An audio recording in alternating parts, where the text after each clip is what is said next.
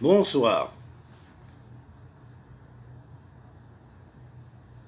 Alors, je vais vous compléter ce que j'avais pas pu faire tout à l'heure, enfin hier, sur la paracha Béalotera, mais rapidement, hein. Voilà, donc je disais que dans la paracha de Béalotera, on a le souvenir de ce qu'on appelle la Ménorah. La Ménorah, c'est-à-dire les 7 branches de la Ménorah, qui sont le chandelier à 7 branches, si précieux. On sait que le chandelier à 5 branches contient de ce qu'on appelle des nids, dans un certain nombre de nids qui sont 22 nids, qui sont des nids dans lesquels chaque lettre peut germer, puisqu'il y a 22 lettres dans l'alphabet hébraïque. Donc, la Ménorah incarne parfaitement la science des lettres, puisqu'elle les contient toutes, et évidemment, elle incarne les 7 piliers de la sagesse, dont Salomon dit « La sagesse construit une maison, sur 7 piliers elle est bâtie ». Donc cette sagesse qui se construit sur 7 piliers, qui sont les 7 piliers de la connaissance de la grande sagesse, c'est quoi? Les sciences divines, la philosophie hermétique, l'alchimie spirituelle, l'astrologie prophétique, la science des arts et d'apprendre à faire le tikkun de tous les travaux et des arts par la connaissance des arts sacrés. Les mathématiques et l'arithmétique sacrée, ainsi que la science des rêves et la connaissance de la psychologie humaine qui va en rapport avec les nombres qui portent. Chacun va en rapport avec les nombres qui portent. Les portes sont le reflet de notre destinée. Les nombres sont le reflet de notre destinée quelque part. Les nombres de nos noms, les nombres sous lesquels nous naissons, dans une date de naissance, sont le reflet de notre destinée, chose qui est connue plus ou moins par ceux qui s'adonnent à la numérologie, mais ça va beaucoup plus loin que la numérologie simple. Ensuite, il y a les sciences, ce qu'on appellerait de la nature, naturelles, qui vont inclure la totalité des connaissances qu'on appellerait ce qui est le règne minéral, végétal, animal et humain. Et évidemment, en parallèle, on apprend la médecine qui guérit tous les règnes, qui est le sommet, si on pourrait dire, de la recherche spagérique de l'alchimie, c'est-à-dire la recette des remèdes qui vont servir à guérir les maladies, en utilisant les plantes, les parfums des plantes, les essences des plantes, en utilisant quelquefois quelque chose du règne animal ou du règne minéral. Les métaux, et notamment les pierres précieuses ou les pierres semi-précieuses. Alors, bien évidemment, toute cette connaissance-là forme ce qu'on appellerait la 7e science, c'est-à-dire le pilier des sciences de Malchut, mais qui va inclure beaucoup de sciences et en finalité la médecine. Alors, bien évidemment, c'est ça que le chandelier symbolise, c'est-à-dire cette unité des 7 sciences, dont la Torah est la reine des 7 sciences. J'ai écrit un livre là-dessus, la Torah, reine des sciences. Et donc, nous trouvons l'allusion à Béalotecha, c'est-à-dire faire remonter les sciences et les connaissances à leur racine, qui est la divinité qui les a transmises au travers de la Torah, mais qui les a transmises aussi par d'autres voies que la Torah directe, disons, hein. La voie du raisonnement, la voie de la recherche, bref, et la voie de la philosophie pour les gens qui ont réfléchi dans toutes les générations de ce monde. Alors, bien évidemment, la notion de faire monter les lumières est très très importante parce qu'il s'agit de faire monter les étincelles divines qui permettent à l'âme de survivre et de continuer à vivre. Nous trouvons l'allusion à ces 7 branches du chandelier au travers de la première des lettres, parmi les lettres de l'alphabet prophétique, proto-sinaïtique, hein, qui, on le sait, le proto-sinaïtique s'écrivait de cette manière. Attendez une seconde, je trouve le document.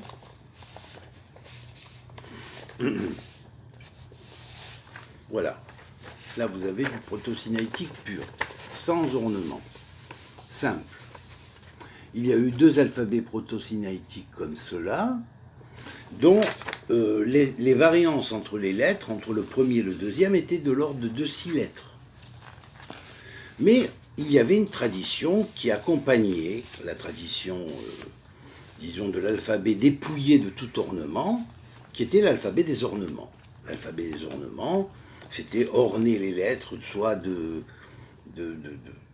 spirales, de ronds, de cercles couronnés avec trois petites couronnes en haut, ou de cercles comme celui-là, comme ces 7 lettres-là, ces 6 lettres en fait, et la 7e, qui va être le kouf, symbole du kaf, du cave, c'est-à-dire du trait droit, hein, qui, on peut dire, traverse le cercle et va jusqu'au centre, et dont tous les rayons sont égaux. Hein. Pour le symboliser, on a gardé la lettre kouf pour symboliser le cave. Et on le voit au travers de la lettre kouf qui est ici. Voilà, là, vous voyez. Là. Mais la première des lettres de l'alphabet proto-sinaïtique, avec ses ornements, c'est la lettre zaïn. Vous voyez? La lettre zaïn, je l'approche un peu plus, de façon à ce que vous voyez un peu mieux. Vous voyez en haut, en doré, un cercle, plus ou moins doré, avec cette couronne qui en sortent. Alors, cette couronne-là symbolise le chandelier, cette branche, la connaissance de la sagesse. Alors, la raison pour laquelle Salomon, Shelomo, qui était le roi des sages, a dit Chochma, Bana Beita, Shiv'im, Shiva Amudea, la Chochma construit une ville, une maison, et 7 sont ses couronnes, n'est-ce pas?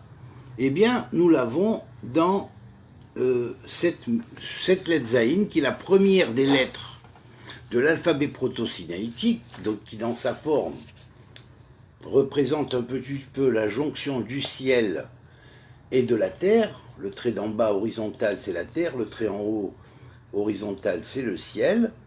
Et elle joint les deux mondes, elle fait tonner le chauffard ou la chatzotzra en bas, dans le monde d'en bas, pour délivrer le monde d'en bas, des 7 tikkunim qu'il y a à faire pour délivrer la bria, c'est-à-dire des 7 réparations qu'il y a à faire pour réaliser véritablement le monde du tikkun, Olam HaTikkun, et le réaliser véritablement et faire monter les lumières.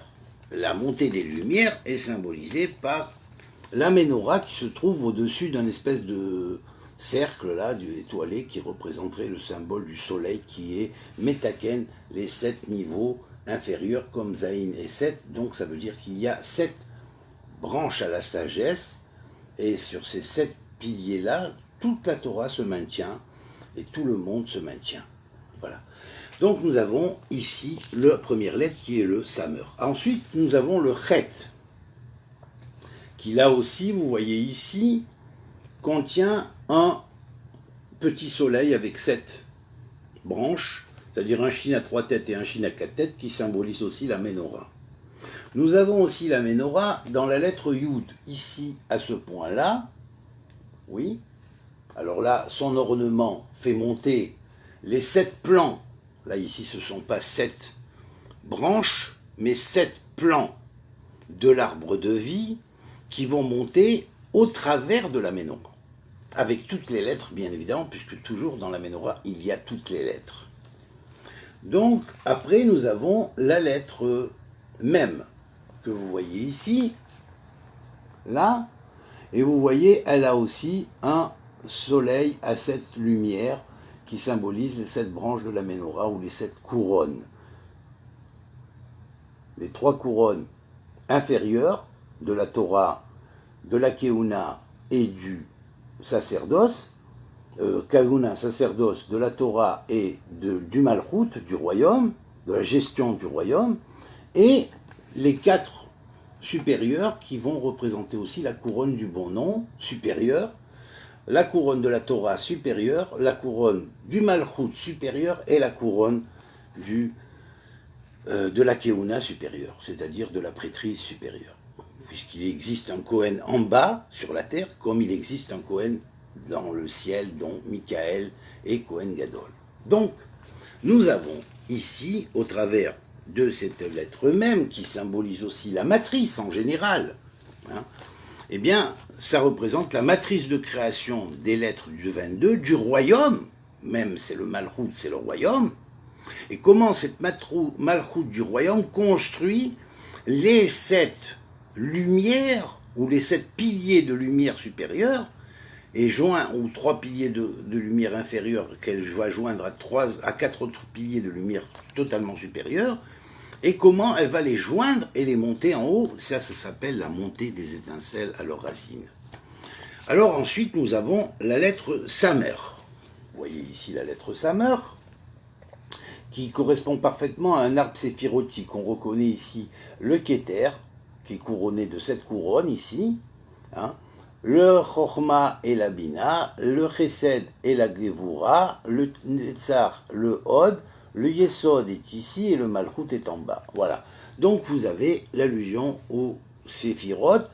On pourrait dire que Tiferet va se trouver ici au centre entre Chesed et Gevura. Ce qui va dire donc que les 10 Séphirot sont unies, et elles sont unies, et au Keter des 10 Séphirot va luire le grand chandelier supérieur qui va éclairer des lumières du futur, du monde futur, et du Malchut de l'Ensof, du Malchut de l'Ensof, va éclairer le monde. Alors ce Samer-là, on sait que c'est la clé de Somer Hachem Lechol Anepholim, c'est-à-dire Somer Hachem, il est Somer, l'Éternel, tous les Nophilim, c'est-à-dire tous ceux qui sont tombés, il fait remonter tout, la totalité des forces, s'use dans la force faible, qui est dans le Malchut, en exil, et le Malchut en exil, la force de cet esprit sur la tête, la totalité des forces du mal, eh bien, il y a un moment donné où les forces du mal se sont usées à frapper sur le Malchut, elles n'en peuvent plus, elles tombent tous je ne sais pas comment dire, en caravansérail, oui, peut-être, comme ça. Et puis, bien évidemment, elles sont toutes transmutées et elles remontent à leur source et à leur origine, et tout remonte dans la lumière. C'est la puissance du Malchut qui va remonter et faire remonter les choses en Malchut des Ensof. Par la puissance du Réchimou qui restait à l'intérieur du Malchut en exil. Par la puissance du souvenir qui restait de l'éternel dans le Malchut en exil.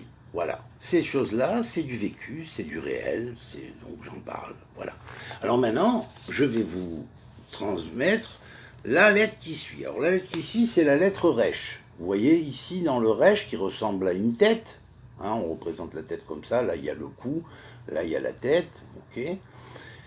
Et puis là, au point de la nuque qui représenterait le Luz, qui se termine par un Zaïn aussi, Zaïn qui est la première lettre qui a commencé déjà la base, eh bien, on va voir qu'il y a aussi un espèce de chandelier à 7 branches qui couronne ce cercle. Alors, bien évidemment, les 7 couronnes qui sont dans le cercle ici vont faire monter les couronnes de roche de la tête. Elles vont faire remonter les couronnes à la tête, et en même temps, c'est les lumières de la résurrection. Voilà pourquoi la lame du tarot, qui est la lame 20, qui correspond au Resh, représente la résurrection des morts. Voilà. Vous savez, au fur et à mesure. Vous voyez, tout se concorde parce que c'est de l'ésotérisme Kalali, ça a influencé toutes les sortes d'ésotérisme du monde, vous comprenez? Alors ensuite, on a le Kouf. Alors le Kouf, qui existe en 2 formes aussi, alors lesquelles existent parmi elles en 2 formes, le Mem existe en 2 formes, le Kouf existe en 2 formes, le Samer existe en 2 formes, le Yud, non, il n'y a qu'une forme, le Chet, il y a 2 formes. Donc là, c'est celle qui est représentée, qui va dans l'alphabet proto-sinaïtique 2 et qui est représentée avec sa couronne, c'est cette couronne, et le Vav qui n'est pas ici. D'accord, voilà. Donc vous avez ici quelques-unes parmi les lettres qui sont différentes entre le proto-sinaïtique 1 et proto-sinaïtique 2. Chacun d'eux a donné ce qu'il avait à donner, de façon à se constituer ces 7 lettres. Vous voyez, ces 7 lettres qui vont représenter dans un Magen David les 6 branches du Magen David, avec le Hanabakoar. Et bon, 6 x 7, 42, donc le nom de Hanabakoar va être là. Et puis, bien évidemment, il va y avoir le cercle global qui entoure tout, qui va être représenté par la 7e lettre, et qui va représenter ce qui va en plus jusqu'au centre. C'est le Kouf. Le Kouf qui est la clé du Mishkan, du Bet Amikdash, excusez-moi, du Bet Amikdash, c'est-à-dire de la maison de prière de Dieu, c'est-à-dire le temple, qui est la clé du Kadosh, du saint, du sacré, du Kodesh, de ce qui est codé et Chadash et nouveau, sans arrêt nouveau, hein, eh bien, c'est le Kouf qui va être la dernière touche, c'est-à-dire la touche centrale. Voilà. Et on va voir les 6 branches de base qui sont la clé du cercle aussi, parce que n'oublions pas que le Magen David, par l'écart d'une de ses branches à l'autre de ses branches, qui est de 60 degrés, est équivalent au rayon. Donc il en faut bien une pour symboliser le rayon, et c'est particulièrement le Kouf qui va symboliser le rayon, alors que les 6 autres vont représenter chacun une des branches, et vont être placés sur une des branches. Et chaque branche, bien évidemment, contient 7 branches, puisqu'elle va exploiter les 7 autres branches de la sagesse qui sont à l'intérieur de la branche de sagesse qu'elle développe. Ce qui va permettre de donner une panoplie et un éventail extraordinaire de bases des sciences et des connaissances qui sont l'épistémologie, ou la science de discipline et de développement des sciences et de classification des sciences que la Kabbale possède, mais qui en même temps sont dont chacune est Ikalelut de toutes les autres, c'est-à-dire elle contient toutes les autres, donc elle peut permettre des nuances et des nuances et des nuances dans chacune des disciplines des sciences divines qui ont été transmises par tradition depuis Moshe et Aaron et aux anciens, et ainsi de suite. Est-ce que ça a été dans les premières générations jusqu'à l'exil de Babel? Après l'exil de Babel, ces choses-là se sont estompées, on a limité. Et puis ça a un petit peu continué après l'exil de Babel, au retour en Eretz Israël, sur la terre d'Israël, pour la construction du 2e temple, mais évidemment c'était bien inférieur par rapport à la connaissance qui était avant chez le peuple d'Israël, avant la dispersion du 1er temple. Voilà. Donc là, je vous ai montré ces lettres-là, vous voyez en haut en achourite, ici, c'est le Zaïn, le Chet, le Yud, le Mem, le Samer, le Resh et le Kouf. Alors, quel message cela nous donne? Eh bien, on va dire Zaïn 7. Het et Yud, ça fait Hay. Les 7 sont vivants. Ce sont des sciences vivantes. Tel est le Messer. Messer, ça veut dire le message hermétique caché derrière la chose. Vous voyez? On a déjà 6 lettres. Et Kouf, symbolisant le temple qui est au milieu, étant donné que Kouf, en valeur numérique, fait 100, alors automatiquement, ça désigne ce qu'on appelle les Mea Shearim, les 100 portes. L'ouverture des 100 portes, c'est les portes de transmigration des âmes. Toutes les âmes transmigrent par les 100 portes. Mais, si Jérusalem est appelée Sha'ar HaShamayim, la porte du ciel, c'est parce qu'il y a plus que 100 portes. Mais toutes les plus que 100 portes passent par les 100 portes. Les 100 portes, c'est la base. Voilà, Mea Shearim, les 100 portes. Donc le Kouf, symbolisant la clé qui relie la périphérie au centre, va être la clé, si on pourrait dire, de base, qui est vraiment la clé de la porte du ciel. Et c'est le Kouf. Kouf écrit en valeur numérique pleine, c'est-à-dire Kouf, Vav et P, va faire en valeur numérique, donc, va faire passer du nombre 100 au nombre 186, qui est la valeur numérique de Makom, c'est-à-dire elle est le lieu sacré. Le lieu sacré, Makom, c'est le lieu sacré, mais c'est aussi le lieu dans lequel Dieu est présent partout, c'est-à-dire le lieu d'omniprésence. L'Éternel, Dieu d'Israël, le Dieu de l'univers, est partout et nulle part. Et comme l'avait dit l'Hermès Trismégiste, qui est un des noms de Hanor, sous un autre nom, l'avait dit, il avait résumé ainsi: Dieu est le point le cercle dont le point est partout et la circonférence nulle part. Voilà. Donc ça c'est partout, dans tous les espaces-temps. Voilà. C'est le makom suprême, le makom kadosh sacré. Alors bien évidemment, lorsqu'on prend les 6 lettres sans le coup, sans le centre de gravité,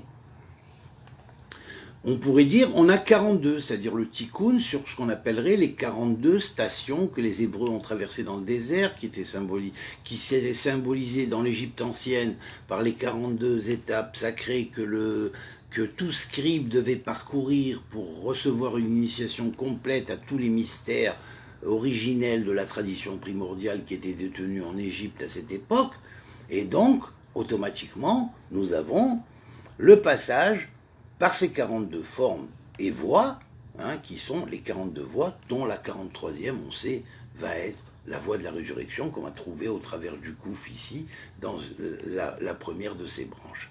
Et puis il en reste 6 autres qui, elles, vont aller jusqu'à 49 et vont aussi inclure la totalité des lettres, des noms des 12 tribus d'Israël, puisqu'il existe 49 lettres dans les noms des 12 tribus d'Israël.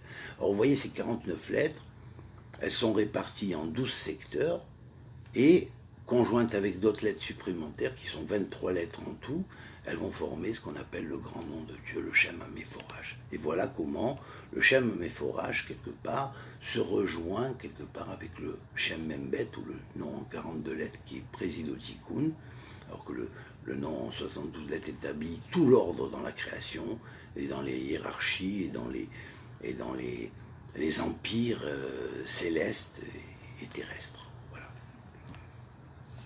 Voilà. Donc, ça veut dire quoi? Ça veut dire, sache que ces 7 piliers de la sagesse, ces 7 lumières qui sortent de chacun des 7 chandeliers, en fait, à cette branche, sont high, ils sont vivants.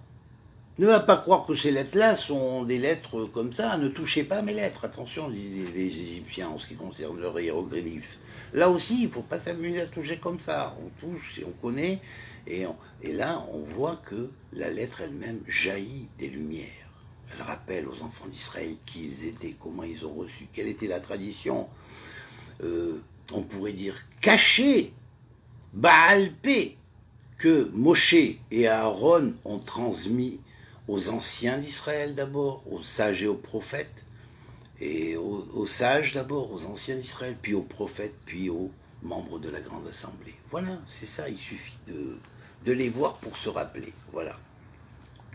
Alors bien évidemment, lorsqu'on compte ces lettres, on va voir qu'il y a donc Zayin Hay, mais que ça forme la chose, ça forme aussi les lettres de Hazi, Hazé, c'est-à-dire Yihoz, c'est-à-dire il va recevoir, ouvrir un peu plus de son pourcentage de vision des choses cachées qu'il connaissait.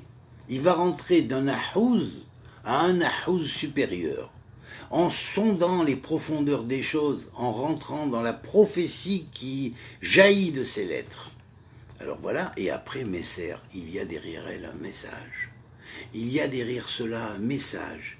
Et ce message, il émane du Mékor, puisqu'on va trouver les lettres de Mékar, Mékor, Mem, Kouf et Resh. Regardez, Mem, et en plus dans l'ordre, pas dans l'ordre, Mem, Kouf, Resh. Et on trouve Mem, Kouf, Resh, qui c'est la racine de Mékor.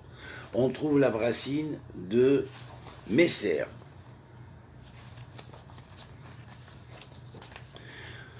On va trouver la racine de Mizmor. Mizmor, ce sont les chants que David a émis, vous voyez. Mizmor. Alors donc, les lettres chantent. La preuve ici, lorsque vous voyez cette expression des lettres, avec les formes de spirale au bout, eh bien évidemment, ce sont les développements de galaxies tout entières dans lesquelles va passer le Shefa, et ça va représenter le champ des galaxies. Vous comprenez? Voilà. Ben, c'est un peu ça la Torah de Moshe Rabbeinu. Voilà. C'est un peu ça ce que on disait que À la fin des temps, ils parleront une langue nouvelle. Ben oui, parce que derrière cette langue-là, en hébreu connu, il y a une autre langue d'hébreu inconnue. Voilà. Or ça existe, c'est derrière. Voilà. Et c'est particulier à chaque chose. Voilà. Donc je pense que c'est la base du tikkun réel que la remontée de ces lumières. Voilà.